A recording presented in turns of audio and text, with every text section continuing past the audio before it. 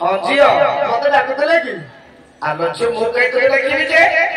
मो तो डाकिनी एबे तो किछि बहु डाकु सुबुतला अच्छा तू ताले किछि बहु ना अलग जमते आलो छ तो स्वामी कली गजर फेरी आसी ताको बोले काम कइली से तू करी बोली कहला डाकिला डाकी पड़े छी मत पीवा पाई ओहो तार से कलिकता रो फेरी आसी मत पिए भी जाई हां जदी आपण तके डाकी दे जाए अरे भलो होइता हो ठीक अछि बा तू एठी अपेक्षा करिता मो सोचे पूरा के होछि अरे सजिया